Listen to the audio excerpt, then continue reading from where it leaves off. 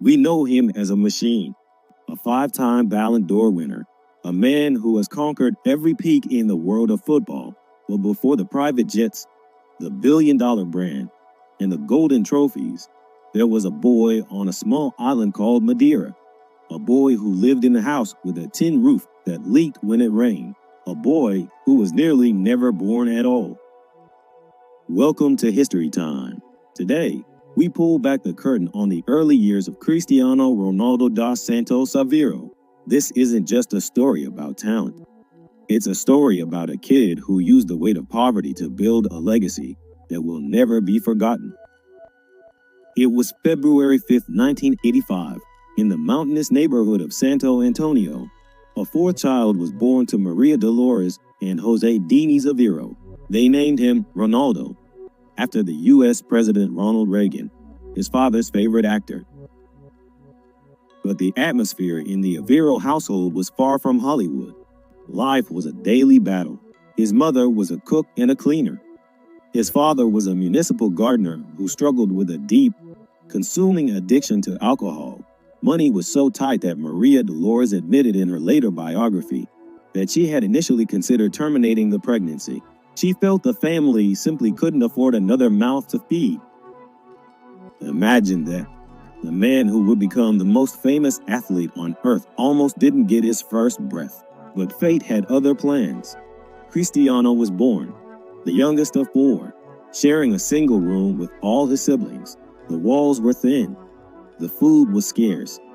But the passion was already burning. In the steep, winding streets of Funchal, Cristiano didn't need expensive toys. He had a ball, or sometimes, just a bundle of rags tied together. While other kids were doing homework, Cristiano was jumping out of his bedroom window with a ball under his arm. His godfather, Fernando Souza, remembers him clearly. All he wanted to do was play. He missed meals just to stay on the pitch. But he wasn't always the CR7 we see today. Back then, he had two nicknames that told his true story. The first was Abelhina, the little bee. Why? Because he was small, and he never stopped moving. He would buzz around the pitch, zigzagging through older, bigger boys, leaving them frustrated. The second nickname was more telling, Eureka. It sounds strange to hear now, but the world's most confident athlete was once a boy who broke down in tears on the pitch. If he passed a ball and his teammate missed the goal, he cried. If he lost a game in the street, he cried. Most people saw this as weakness. They were wrong. Those tears weren't from sadness. They were from a toxic, overwhelming hatred of losing.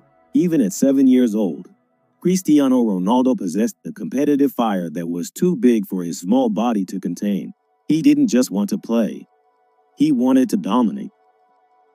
His father, Diniz, worked as a kit man for a local club called Madeira. It was here, among the laundry and the boots, that Cristiano's professional journey began.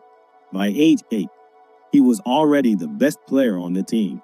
By age 10, the entire island of Madeira was starting to whisper about the phenomenon from Santo Antonio. After a short stint at Nacional, one of the island's biggest clubs, it became clear Madeira was too small for him. In 1997, a scout from Sporting CP, one of Portugal's giants, invited the 12-year-old for a trial. This was the moment that would change everything, but it came with a heavy price. To join Sporting, Cristiano had to leave his mother, his siblings, and his island. He had to move to Lisbon, a big, cold city where people laughed at his thick Madeira accent. Imagine being 12 years old, standing at the airport, saying goodbye to the only world you've ever known. His mother, Maria Dolores, later said it was the hardest day of her life. She watched her youngest son walk toward the gate, a scrawny boy with a big dream and a heavy heart. Cristiano arrived in Lisbon alone. He cried every day for months. He was bullied for the way he spoke. He was mocked for being too skinny. But in the darkness of those lonely nights in the sporting academy, something was hardening inside him. The crybaby was dying. and a warrior was being born. But just as he started to climb the ranks, a medical diagnosis threatened to end it all before it even began. TOBE continued in episode 2, The Heart of a Lion. Subscribe to History Stories Time and hit the bell. In the next episode, we witness the surgery that almost stopped his heart, and the night a teenager from Madeira left Sir Alex Ferguson and Manchester United in total disbelief.